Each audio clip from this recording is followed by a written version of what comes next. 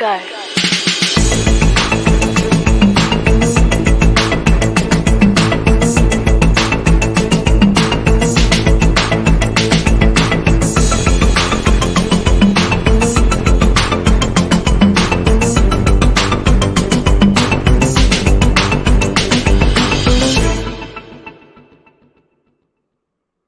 Hello and welcome to Writer Mother Monster. I'm your host, Laura Ehrlich, and tonight's guest is Czarina Michaud. Writer Mother Monster conversations are streamed live on Facebook, YouTube, and Twitter, and then released as an audio podcast on all major platforms. As always, please chat with us during the interview, and we will weave your comments into our conversation. Before I introduce Lisa, I have a few exciting updates for you. I've just launched the official Writer Mother Monster shop with everything from t-shirts and tea towels to onesies and undies. Support the show in style. And this Mother's Day, May 14th, treat yourself with a writing class with me, your host and the author of the story collection Animal Wife, published by Red Hen Press. We'll share strategies for prioritizing our craft, explore examples set by other writer moms, and do generative writing exercises. You'll leave the workshop energized and armed with a plan for recommitting to your creative work. It's only $60. Finally, a special thanks to our sponsors and patrons listed on the Writer Mother Monster website. Your support helps make this show possible. If you enjoy the episode, please consider becoming a patron or patroness to keep the podcast going. For details on the store, class, and sponsorship, visit writermothermonster.com. Now I'm excited to introduce Lisa. Czarina Michaud is an American novelist of Italian-Mexican origins whose work is inspired by her life experiences. She attended the Evergreen State College in Olympia, Washington, before stumbling through adulthood in Los Angeles. In 2009, she followed in the footsteps of her jazz-singing grandmother and moved to France, where she currently resides. Her first novel, Slanted and Disenchanted, explores complex relationships between mother and daughter, sexual tension in friendships, the confusion of adulting, and the soundtracks that get us through it all. Lisa has one son, age 7, and she describes writer motherhood in 3 words as take it easy. Now please join me in welcoming Lisa. Hi, Lisa. Hi, Laura. Hi, it's great to have you on. I know we've had to reschedule a few times due to illness and all kinds of things this winter, but it's finally happening. So welcome. Thank you for having me. And also thank you for your podcast. It's such a great show. And it's really, I'm a fan. So I just wanted to out myself as a fan of the show and to thank you for just really what you do. Thank you so much. That means a lot. And it's wonderful to have a listener on with us and a fellow writer mom. I'm going to apologize in advance for some little dings we might hear. There seems to be a chat conversation going, and I don't know how to turn that off on my laptop. So I'm not looking at them, but we might hear them. So Lisa, let's start with your 3 words that you use to describe writer motherhood, which is take it easy. Tell us about take it easy. Well, I just feel like, we're always trying to just be more this, be less that. And I mean, I do that. I'm going to just speak for myself. I'm always trying to either make myself smaller or make myself bigger. And if I wanted to be a full-time writer and then also be this awesome mom that I think I am, I just had to just do it my own way and really just take it easy, because otherwise if I got too heady into it, I have anxiety and I just wouldn't be doing the good job that I'm doing now. And I can honestly say that, in the past I would apologize for saying that I'm a good mom, but no, I think I am. And I think a lot of it has been taking it easy and meditation. And my son watches me do YouTube yoga, but it's still yoga. And it's a big part of our relationship is that we do our yoga together, and it's gentle stretches. We're not twisty, but it's to turn off the monkey brain. And I think that's a good reminder to just kind of don't think too much. I love that. And I love the description of a monkey brain. I too have a monkey brain and anxiety and I love YouTube yoga. So all of that sounds very familiar. I think anxiety is a good place to start, because that's common to both motherhood and writing. And I feel like it compounds with writer motherhood. It's the sum is greater than the parts. So tell me a little bit more about anxiety. Well, after I gave birth to my son, I actually I had postpartum anxiety really, really bad. We were in Paris. I gave birth to him in Paris, I'm outside of Paris, about 45 minutes. And at the time we had some terror attacks in our neighborhood. And happened the first night that we went out with the baby. It was in November 2015. And I was like, we're only going to go out for an hour. I had everything ready to go. You bring more stuff than you need when you're like a first-time mom and the baby's 3 weeks old. And we couldn't leave our friend's apartment because we were right near the Bataclan. And so where the concert was going, and there was the shootout happening. And I was breastfeeding and the milk wouldn't drop. I wasn't letting, and I didn't have enough diapers, and my baby was crying, and everybody was smoking around me. And with the windows open, I was like, and my husband's like, why don't we just take the metro home? And I was like, I don't know what that means. And from then on, that's how motherhood started for me. And I was not together by any means. I was terrified, but it prepared me for pretty much anything. And I worked through the anxiety. I went to a doctor. I was like, do I need medication? And he was like, no, you need sleep and you need oranges. You're low on your vitamin D. You're not taking care of yourself, because I was so stressed out, and I was putting everything that I had, all the self-care I was putting into the baby, which is of course what you do, but I was heavily neglecting myself. And so anxiety is just something I really do have to work with every day. And whether it's YouTube yoga or doing like a dry January or taking a walk. We live in near a forest now. I just do these things for myself every day to show up more for my son, and then show up for my writing. It's kind of like it goes hand in hand, is when when you take it easy and you turn the brain off a little bit. It's easier said than done. Then you can show up more for your children and then for your work. Yeah. Oh, that sounds terrifying. I'm sorry you had that experience. Yeah. I'm sure most people would be anxious in that environment.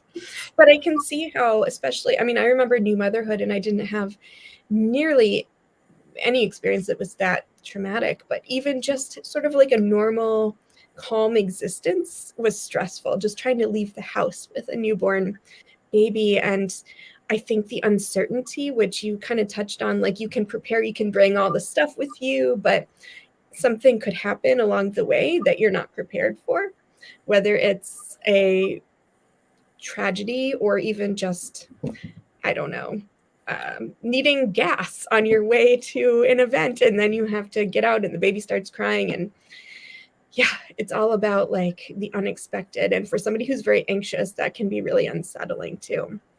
Yeah. Or even like somebody, like strangers always like to tell me that I would like the baby had too much clothes or not enough clothes, like everyone like inserting their opinions on being like, oh, he seems a little hot. I'm like, oh, okay. And you just get all heady because I was like, I've been a mom for 7 days. Oh, is he hot? And I feel him. He's not crying. He seems okay, but you're trying to keep this little life alive. And it's really scary. And, having all these strangers in France, it's like women would stop me on the street all the time and just be like, oh, well. And then like look in the crib, and I would just be like, okay, what am I doing wrong? And, you take it to heart. I didn't want to get defensive about it, which I didn't. But then it got to a point where I would just like walk away with the stroller, Betsy, and just charge off because I was like, he's fine. He's fine. Oh, gosh. Yeah. I remember being in a store with my daughter when she was a baby, and I think it was like a Verizon store, and the person came over and like stroked her head and then walked away and started hacking. And I was like, oh God, this like stranger touched my baby and she's ill. And yeah, terrifying. Yeah, it's like, don't touch the baby, please. No touching babies. No. So you moved to France. It was a while before your son was born, right? You'd been there for a while? Yeah, I moved here in 2009. I I was living in New York. I was working in fashion at a French company. I was working for Marc Jacobs, and they're part of Louis Vuitton. So all my bosses were French. And for fun, I learned French. After work, I would go to Alliance Française. And then it just came to a point in my life. I was like 28, and my grandmother had lived here. My paternal grandmother, she's Mexican, and she was a jazz singer, and she lived here for 30 years in the 60s, 70s, and 80s. But I kind of lost touch with her. She's just always was on her own vibe, living in Barcelona, living in the Caribbean. And so I contacted my mom because my dad is deceased. And I was like, I really want to contact Grandma Stella. She's like, call her. So I called and the phone was disconnected. And so then I Googled her and a YouTube video came up of her performing in Paris. And then I learned in the comments that she had died like 3 weeks before. Oh, no. Who finds out their grandma died on YouTube? Because I had met her, like I had been in touch with her for years, but I just kind of, in your 20s, you're like, oh God, I don't call my grandma. And we lost touch for like a year and a half and she died.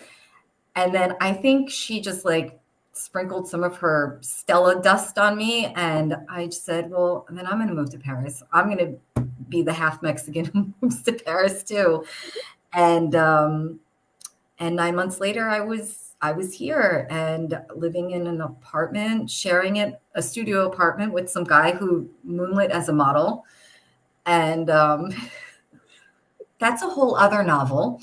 And I stayed. I was an au pair. I taught English in Starbucks, and it just worked for me. And then I met my husband, soon to be husband, 3 years later. Wow. Yeah, that's an amazing story and very bold and brave of you. Scary. So, yeah, scary. Was it?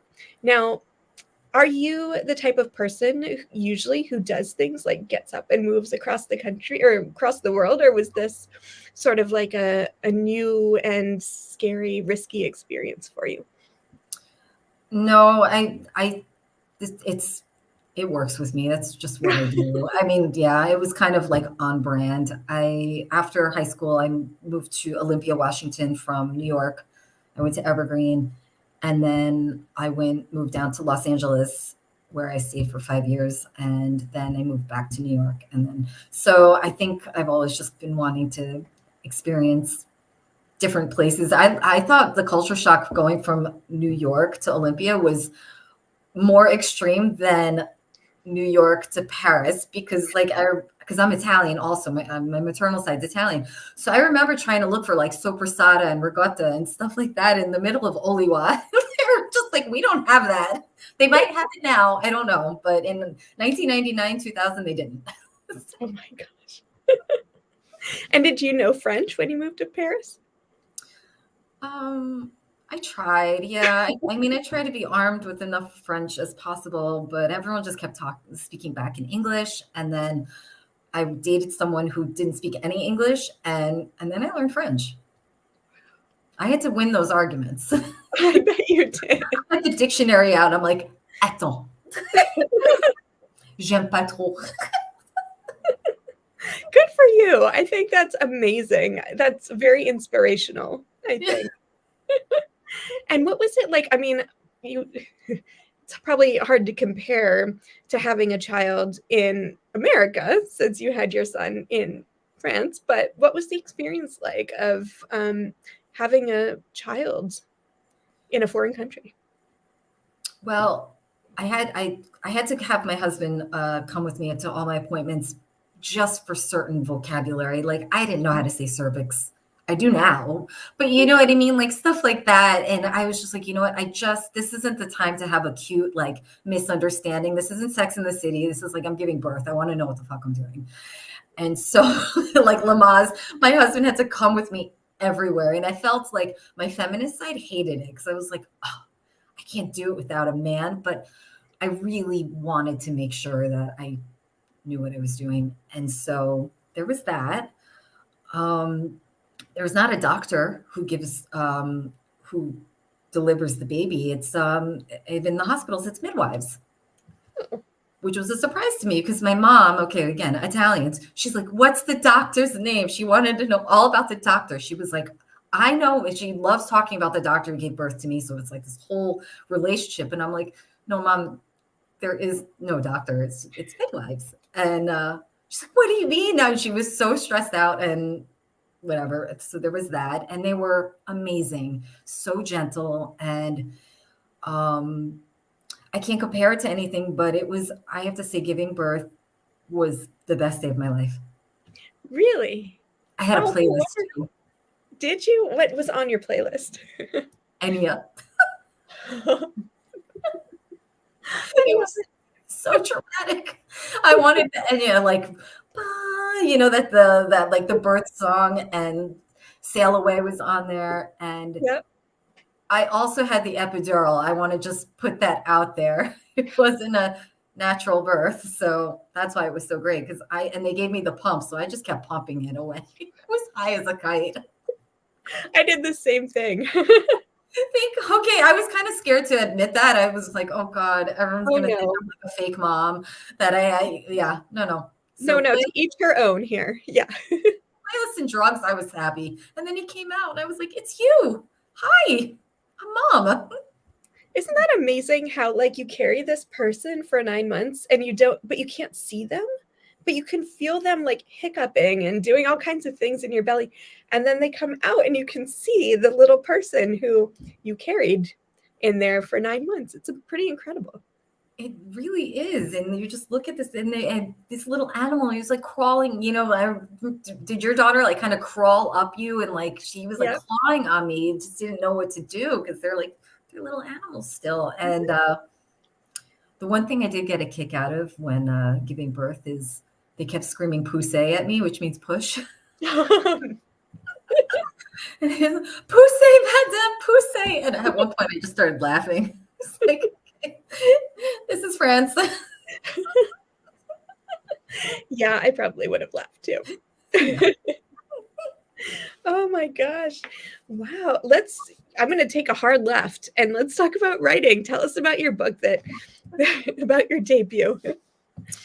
Okay, so my debut is like a new adult, young adult. I didn't give it a real genre. It's a coming of age novel of two 20-year-olds just kind of navigating adulthood. And it's told in two POVs between a guy and a girl.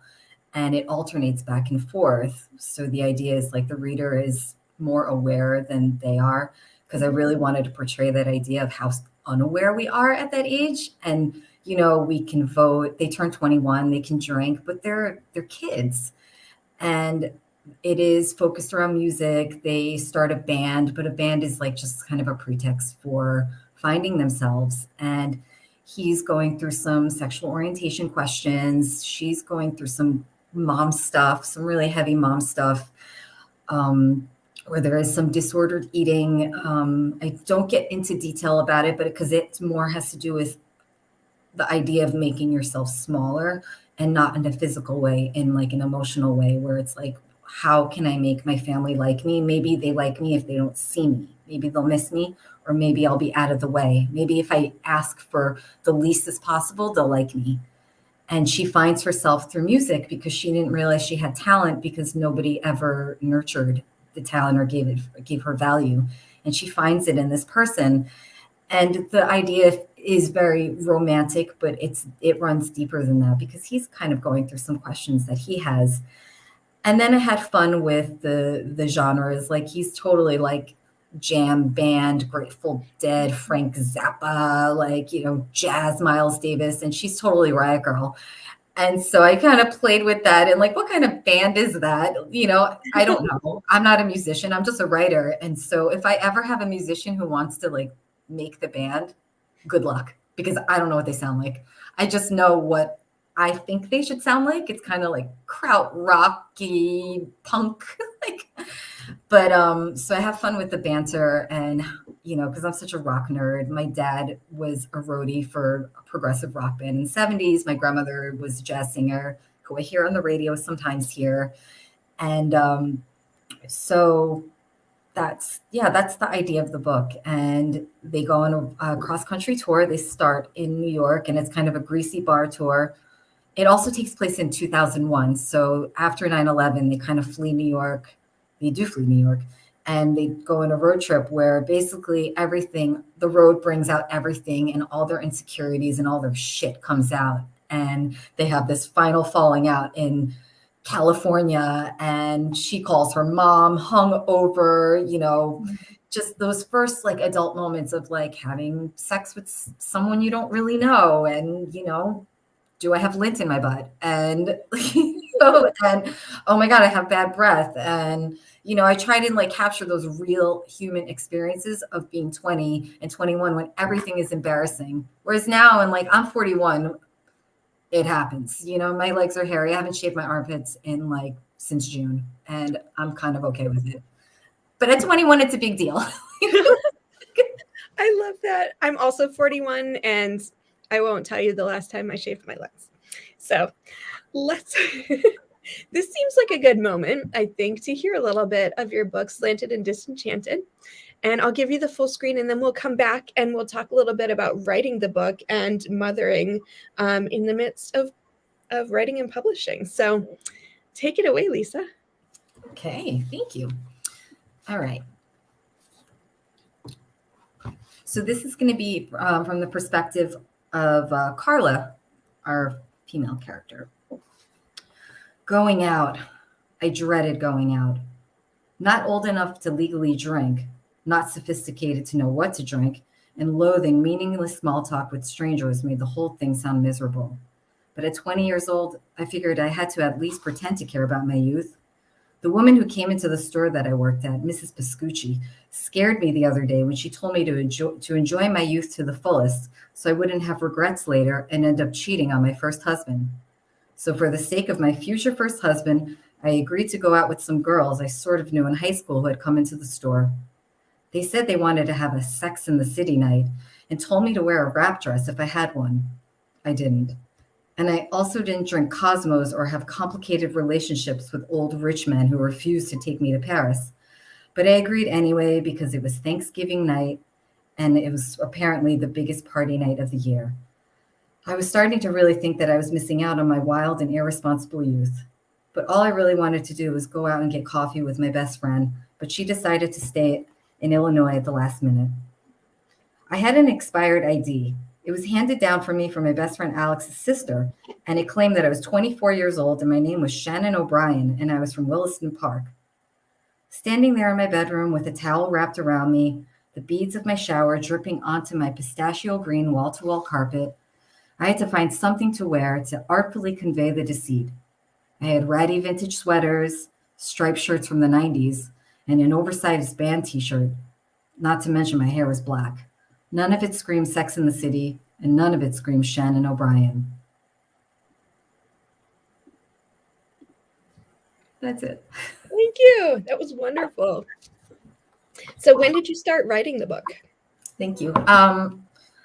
I started writing it in 2019, and I finished it October 2019, and I finished the first draft by Christmas because it just kind of poured out of me. And I'm writing the sequel now, which is taking a little longer because the themes are a little heavier because now my characters are 24, so it's a little, well, they have rent to pay, so I have some more, there's like logistics involved, and there's health insurance and there's car insurance and just like real stuff is in the second book. But the first draft came out in 3 months and it came out in September 2021, so the process was pretty seamless. Yeah, it sounds like it. That's awesome. So your son in 2019, I can't do math. He was 5? I can't do math either. That's why we're writers. Let's say he was 5. He was younger than 7, which he is now. So if someone I don't even want to look at the YouTube where people were like doing the math for us or like the comments, just like, wow. Okay, ladies. Yeah, yes. No, I can't. So he was younger, but tell us about writing a book with a young child, and how you navigated those two demands? Well, he had started, I guess, pre-K. He was pre-K. And so for the first draft, I didn't see it was fine because he was at school. But then March 2020 came shortly after that, and my editor had come back with my third round of edits, and I had to work, and we were all in this house. That's like the typical story. Everyone can finish the story for me. We were all in this house together, and with no insight. We didn't know when we didn't know what was going on. This was just so foreign to us. So it still is. So I really manage our time. I put out a schedule just saying, okay, I was getting up at 4 a.m., working from 4 to 7 to work on the edits. And then I was like full mom mode, following the curriculum. He was in preschool, so there wasn't like a big curriculum. And that's when we started doing the yoga, and he decided to learn the drums then. That was really fun. And we started a Wilco cover band that we would perform in the backyard for my husband. And I don't know. The thing is with my son is that I started showing him that I have like mommy time really early. So like at 3 months. I remember the first time I started, like I was doing yoga or doing a workout, and he started like crying, and I picked him up. I saw he didn't need anything. He just wanted attention. So I figured out a way how to like do yoga with him. But then it came to a point I was like, okay, you can just sit next to me and I'm going to do it. And he watched me have me time with him. So fast forward to him being 7 years old. My office is upstairs, and next to it, we have like a walk-in closet that we don't really use. It's his office. So we work side by side. And my son, he wants me to do some cross promotion. He makes his own books. Oh my gosh. And this book is called The Mysterious Planet by him. And he makes his own books, and he has about 100 of these. And he also has his maison d'édition, his publisher. He decided he's going to be publishing with Hachette Jeunesse, and he puts a barcode on everything so people can buy it. So he's like a full businessman. And so he copies me, and he makes books now. So I think I was on the right page by being like, this is what I do, and now this is what he does. So I'm really proud. I love that. And that book, so anyone who's listening after the fact, just to the audio, come on and check out this book. It's adorable. It's a little hard. There we go. And maybe if you send us a little picture of it, we'll put it on the Instagram account. It's beautiful. He would love it. Well, and he calls his books chapters because he always hears me say to my husband, all right, I have to go upstairs. I have to finish this chapter. I have to finish this chapter. And he equated that with books. So all his books are called chapters. And when I explained it to him, I was just like, okay, so they're really called books. He's stubborn. He's like, they're chapters. And so now his books are called chapters. So he has 100 and something chapters. And they're all very detailed. And there's apocalyptic twists. They get really involved. And yeah, I'm super proud. I love that. Okay, well, I'll share with you. So my daughter also has been writing books for the same reason, because she sees me writing, and like she tells her teacher, mommy's a writer. And so she started writing books a little while ago. And she has one called The Gnome What Has Big Feet, and The Cupcake What Talked. So she has all these like weird things. And for Christmas, we use Shutterfly, or like any one of those like internet companies, and scanned in the books and then had them printed as like actual little books. And she was so excited, and she said, Mommy, when are my books coming out? And she made posters for their releases, and it said coming soon, and she hung them up around the house. It was adorable. Oh, and her own little book launch. Her little book launch, yeah, because she remembered that I had like a little party and I had a poster and all those things, and it was adorable. So yeah, I think we're doing a good job. I think so too. That's great. Yeah. Oh my God, I love that. I love the book launch. That's like one step ahead. But you have a girl. So There you go. Yeah. So I'm also a marketing person. So like she picked up some marketing hints, I guess. But Very cool. yeah, so tell us a little bit. I think so I struggle a little bit with what I want to say, like putting boundaries around that time that I've claimed as mine. So I get up early too and write, but then if she calls to me from her bed and says, Mama, come snuggle me, I have a hard time saying no. So then that cuts out, however much of my time. Are you better about your boundaries, or do you also find it a little challenging? When they're snuggling on the table, I'm not going to say no. I'll put anything down. Yeah. I know. Well, I have a boy. I know snuggle time is limited. I'm not getting it in like 3 or 4 years. He's already drops his hand when, like, if we're walking down the street and he sees like older kids, they're like 9. He'll like drop my hand, and I'm like, and I respect it, and I'm like, it's starting. So if there's snuggle time, I jump in. Yeah. But like if he calls me from another room, like if it's something like I don't know. I know when it's something arbitrary, there's a tone. You know how like I know his tone when he sees like a bug. My son is fiercely terrified of bugs, and it's just this certain tone. And I go, oh, there's a spider, or we have these like centipedes here because it's really humid in this part of France. So with snuggles, no, I won't say no, or scared, or come bring me water, no. But if it's something arbitrary like watch this thing I'm watching on TV, I'm like, no, I'm not. And I'll turn it. I'm like, I'm not 7. Like I remind him, I'm like, I'm not 7. Okay, this doesn't excite me.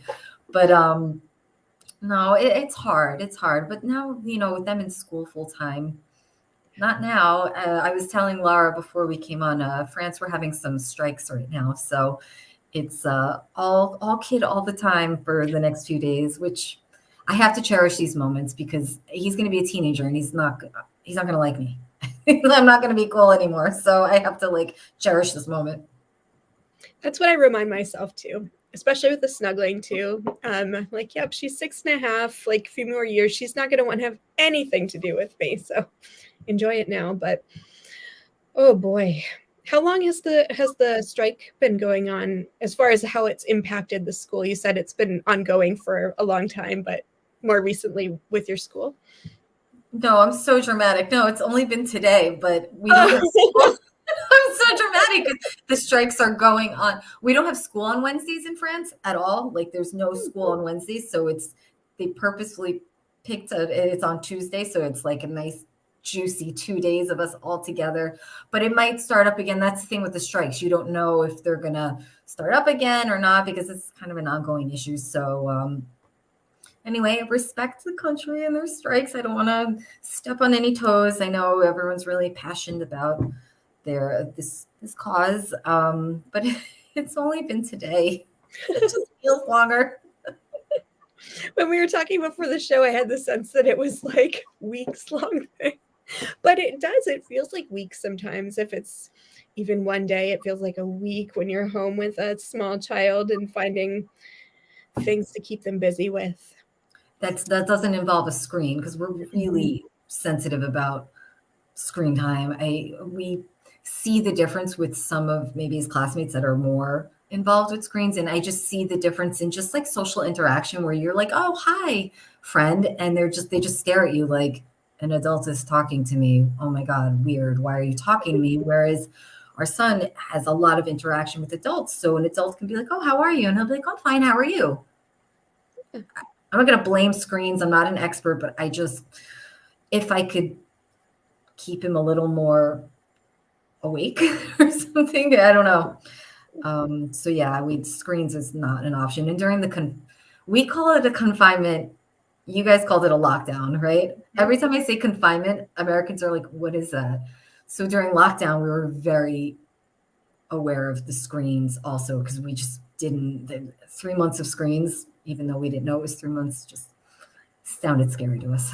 Oh yeah, no, I get it.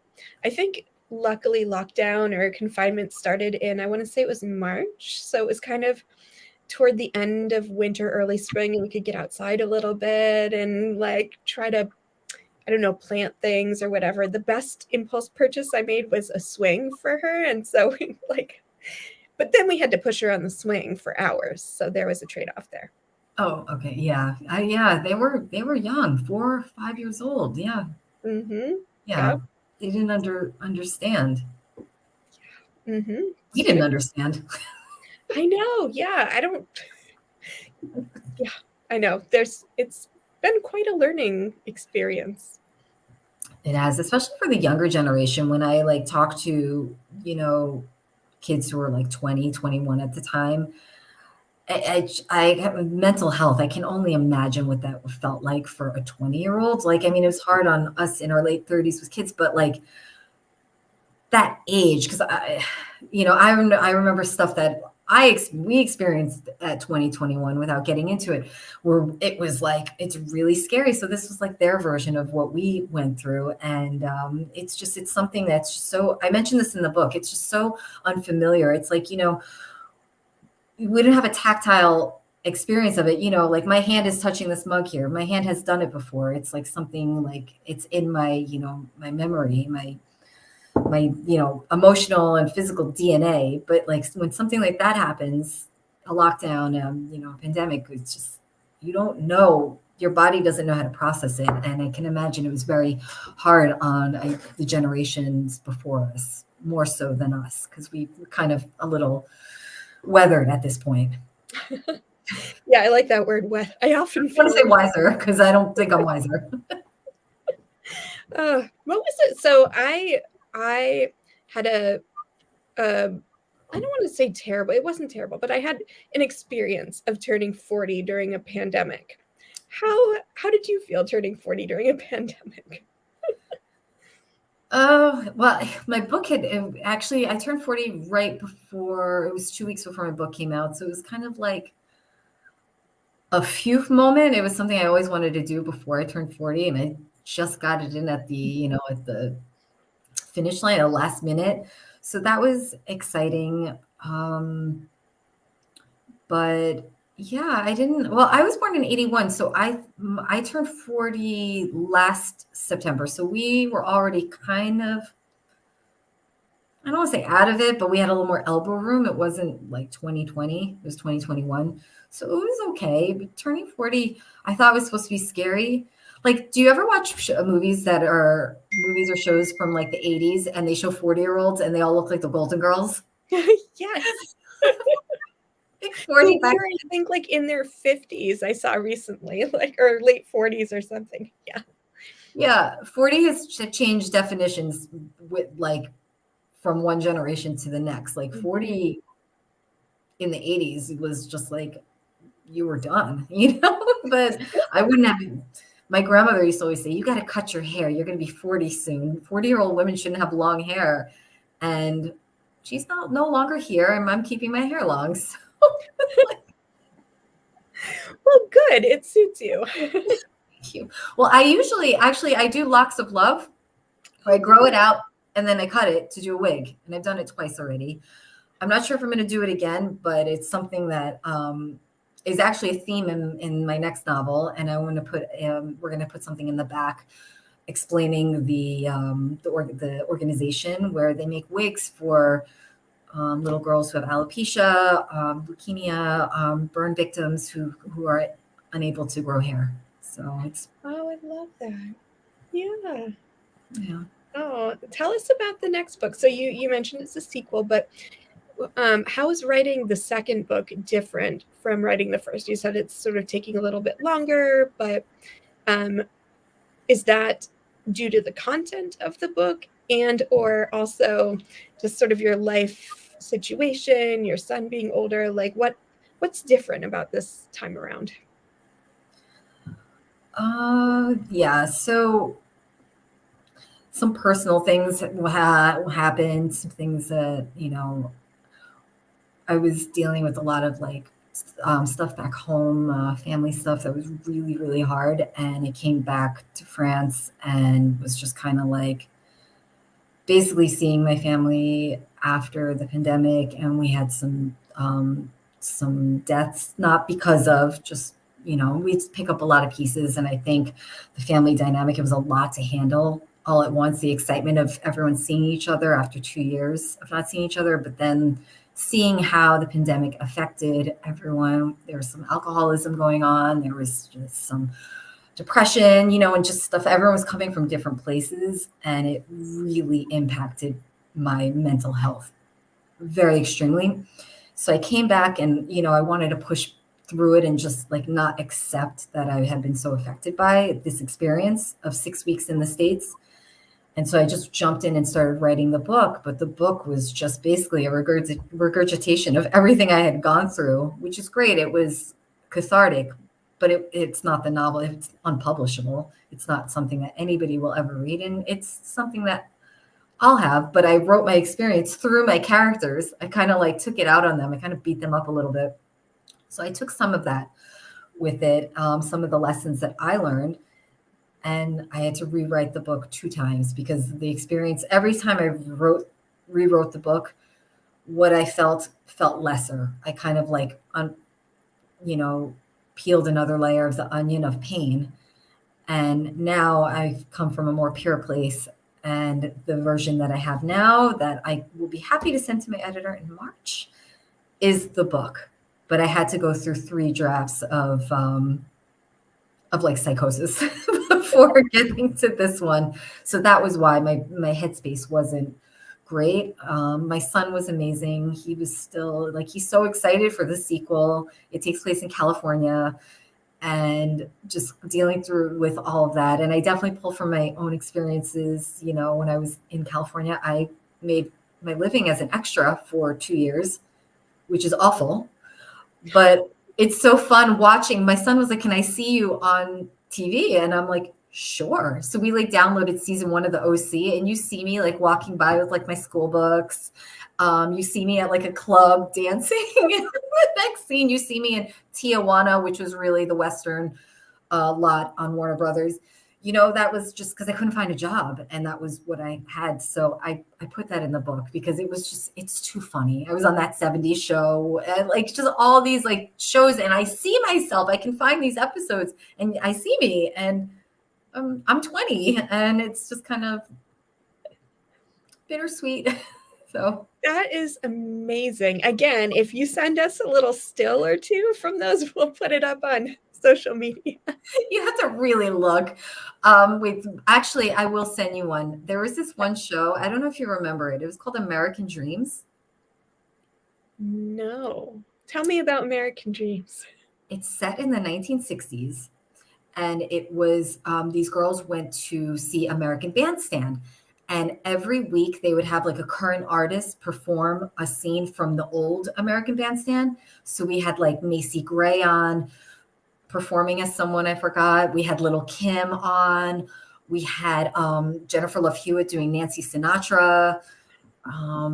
There was, I don't know, just Hilary Duff played the Shangri-Las. And so I was a backup dancer for that. And you had to get to the set at 7 a.m. and you got a full-on 60s makeover with the outfit, with the mini skirts. They would put I had like a beehive, the fake eyelashes. And then you dance to like the Kinks for like 10 hours. And so there's this one scene and I have a beehive and big cat eye glasses. And I'm like feeling the music. And my son loves the scene. He was like, "Can you do American Dreams again?" And I'll send that to you. It's on YouTube. Okay. Yeah, please do. And we'll share it out. Oh, this is the most fun. Okay. So we'll have your son's book and we'll have you on American Dreams. That's awesome. I love things that we all did to pay the bills early on. Mine were not that interesting, but that's really fun. I didn't make any money. It's $54 for 8 hours. So if you're there for an hour, it's still 54. If you're there for 8, it's still 54. But then if you go into overtime, that's when you can make more money. But then after that, I couldn't take it anymore. You get burned out so quick. Then I got this really cool job working at a roadside coffee shop called the 101 Coffee Shop. It wasn't really off the road, but it was like off the exit ramp of the 101. And it was like basically you walked into the 1970s. So it was cool. And I worked there for 3 years. It closed. It didn't make it through the pandemic. And they had a jukebox that played Zeppelin and Velvet Underground. And it was a very cool shop. So I got to experience that too. I can see how and why you would work these experiences into your fiction. And actually, I want to go back to that first draft of your sequel. And I'm really intrigued by the experience of kind of the cathartic release of pain and anxiety and everything on the page, and then why that wasn't publishable. Because I think, well, no, I'm not going to say more. I'm going to ask you, why wasn't it publishable?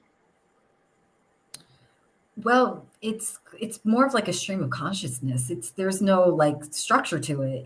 There wasn't like a first act, second act. The whole thing was Dark Night of the Soul. It was just like one like continuous. So, I mean, I guess it could be published. No, it can't. It's really bad. It's really, really bad, but necessary to get to the draft that I'm really, really excited about, that I'm like, I don't know if you just, I crush over my like writing sometimes when it's good. I'll like just be doing dishes and I'll just be like, and I'll get that, like that feeling of like a guy calling you. I'm never going to feel that again. The guy that's going to call me, he's upstairs sleeping, he's snoring. So I'm not going to get that again. I get it in different ways. And I don't crush any of the guys in the village. They're cute, but So I get my crush, my giddies from my writing. And when I like land on something, and they're not these like darling sentences, like I don't pride myself on this like poetic writer, but if it feels real and it feels authentic and it feels like something where I'm going to go, you know what, someone's going to get that. That's going to be relatable to someone and it's going to be cool. And they're going to go, yes, because I did yes. And it feels really great. So I think I answered the question in a really long way. I forgot the question. No, absolutely. You answered it.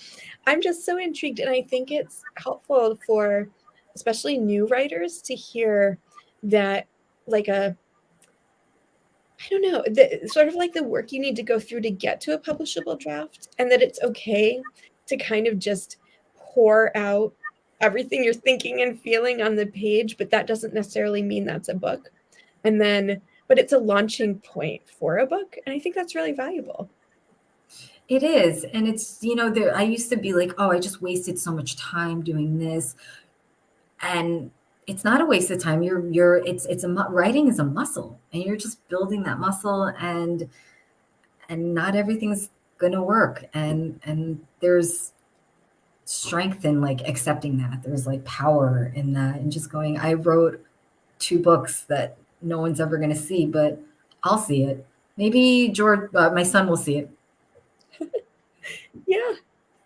No, I think it's so true. I had a book that wasn't published before Animal Wife that made sort of like, was out on submission and stuff. It just wasn't published. And I could see that as like a waste of 5 years writing and revising and rewriting this thing that was never published, but it taught me a lot about writing a book. So I think there's definitely value in sharing those experiences, and like the sort of the opposite experience from your first book, which you said sort of like poured out, not to say it was easy, but like, it was a different process. So books come out in all different ways. Do you think you'll ever publish that book that you spent 5 years on? I don't know. I still believe that it was worthwhile, and it was grappling with something that I had been sort of ruminating over for a long time. But I'm not sure I want to go back to it again. So it's kind of that thing where I know there would be edits, and you'd have to get back to the trajectory I'm on now. Yeah, exactly. Yeah. So you mentioned that you poured some of these experiences into the second book, but also there was a scene in the first book that referenced the pandemic and confinement and everything. No, the first book references, it's 9/11. Oh, 9/11. I just like, I don't want to be that person who brings up 9/11 and like, No, it was a seminal moment in our Okay, cool. 20s. Yeah, absolutely. So Well, they I heard experienced 9/11, and it's just what we went through. And so I kind of, well, the feedback I got from younger readers was they had said, wow, the lockdown and the pandemic, how you described 9/11 was how we felt about the lockdown. And that's where the connection is. And they were able to take that experience that we had 20 years ago or 20 plus years ago and apply it. It felt relatable to them today, which I thought was really cool because when I wrote this book, again, it starts in 2000, 2001. I was like, okay, I think I'm limiting my audience, but it turns out that 20-year-olds are loving this book because they're like, wow, there's so much stuff that we didn't know about. And then, just the idea of like, little things on like how MTV stopped playing music videos. They don't know what MTV culture was, and that's okay. They don't have to, but they enjoy learning about it and how all of a sudden, there wasn't rock music on MTV anymore. There was all backup dancers. And again, there's nothing wrong with it. It was just a huge cultural shift that we went through where like 1991 is completely different from 1999. You turned on MTV in 91, you had Alice in Chains on. 99, you have Britney Spears in a schoolgirl uniform. Again, no judgment. It's just I talk about this like huge shift this decade that we went through, and then we entered the new millennium where we all thought we were going to die and our computers were going to explode. And I got feedback from younger readers being like, wait a minute, is that real? Were you guys really scared of Y2K? Come on. And it's like, we were. We were. We thought our bank accounts were going to get emptied. We thought Times Square, the ball was going to explode. Yeah. I mean, it's laughable now, but, and it's cool kind of going back, but also it also making connections to today. Yeah. Oh, and that's so funny. It's very true. I remember, I think that was maybe one of the only years I managed to stay up to midnight for the new year because I was so scared that like everything was going to just disappear or blow up or whatever. And then nothing happened. And I was like, okay, I guess it's time for bed. Like, it was so anticlimactic. Yeah. I remember we were all like, and then nothing. Oh, okay, cool. Happy New Year. Happy New Year. I guess it's a good anticlimax, so that's good. Yeah, I know. Yeah, so it worked out for the best. But yeah, no, the book was really fun to like kind of go back to that space and then pulling out the old pictures, all the 90s pictures and the fashion. I had bleach blonde hair, I was doing my like Courtney Love thing while being like, oh, it's Gwen Stefani, an Italian girl doing blonde hair. Madonna does it too. And now Lady Gaga. Just thinking I could get away with it, but I was doing it myself. You know what I mean? There's a difference between you have a stylist team and then you going to the store and thinking that the picture on the box is going to work on Mexican Italian girl hair. I look like Big Bird. So. I think we also need a picture of you in the 90s for the I ended up seeing a colorist and okay, my husband asked me, what's my most embarrassing moment? He had asked me that 2 days ago, and I will tell you, and it comes back to my hair. So the Smashing Pumpkins were supposed to play at Madison Square Garden in 1995 or 6, and the keyboardist died. So the concert was canceled. My friend and I are like, well, we're going to go into Manhattan anyway. We came in from Long Island. We're going to see what's going on. Like 2 14-year-olds are going to know what's going on, whatever. So we go to the Four Seasons Hotel where the guy died. Like, who does that? Okay, I did. All these no fans were there, and the news reporters come running towards us because they see Smashing Pumpkins fans, and they all are interviewing us. What do you think? What do you think? I am so embarrassed by what the clip they use. I said all this really profound stuff for 14-year-old. I was like, I knew what I was talking about. And I had said at one point, and everyone's going to turn this into this thing like all these bands are on drugs, but there's just so much more to it. I come home and I watch it, and all it says is Lisa in the little town I'm from, and it says all these bands are on drugs. And that was the one clip. Okay. And my mom goes, well, you've received phone calls. And I'm like, oh my God, people have seen it. This is so embarrassing. On the answering machine was my colorist. She's like, honey, it's your colorist, Kathy. I saw you on the news. You need to get your roots done. I had this big braid hair with like black. That's a good story. Yeah. Super embarrassing. Like, I wanted to be like, that's not, no, I wasn't like mad that the bands do drugs. Like, I look like such a narc on. So embarrassing. Oh my gosh. Well, I'll give you a chance to redeem yourself by reading a few more minutes of your book. And you can pick this section and read us out. Okay. Oh, a second parter. Oh, damn. All right, hold on. I'm going to stick with the girl again because I find when I read the boy's voice, I do his voice and it's distracting. Okay. All right. I always wondered how I managed to become the person I was, having been raised in a family of total Guidos. Coming home from work on a rainy autumn night, I walked into my house through the garage just as my brother Claudio was pulling into the driveway, his headlights shining on the slabs of hanging meat we dried in the garage. Through his rain-beaten windows, I could hear the dance station, The Beat of New York, playing music known to us in the tri-state area affectionately as freestyle. The post-disco dance music featured basic synth laid over electro drum beats with bleeding hearts more desperate than your first crush. I waited for my brother as he turned off the car in the middle of Louder by Love by TKA. Yeah, I knew the titles and the artists. So, I said, smirking at him, you're not going to finish the rest of the song? As he got out of his gray Altima. Nah, he said, knowing I was being a snide bitch. I got the tape. You want to borrow it? Tape, please. I have it on vinyl. Limited edition. Always a smart ass. He put his arm around me and gave me a hug. We walked into the house and I thought of us together. As we got older, our parents were around a lot more than we were when we were kids. I remember being as young as 8 and letting myself into the house after the bus had dropped me off up the street.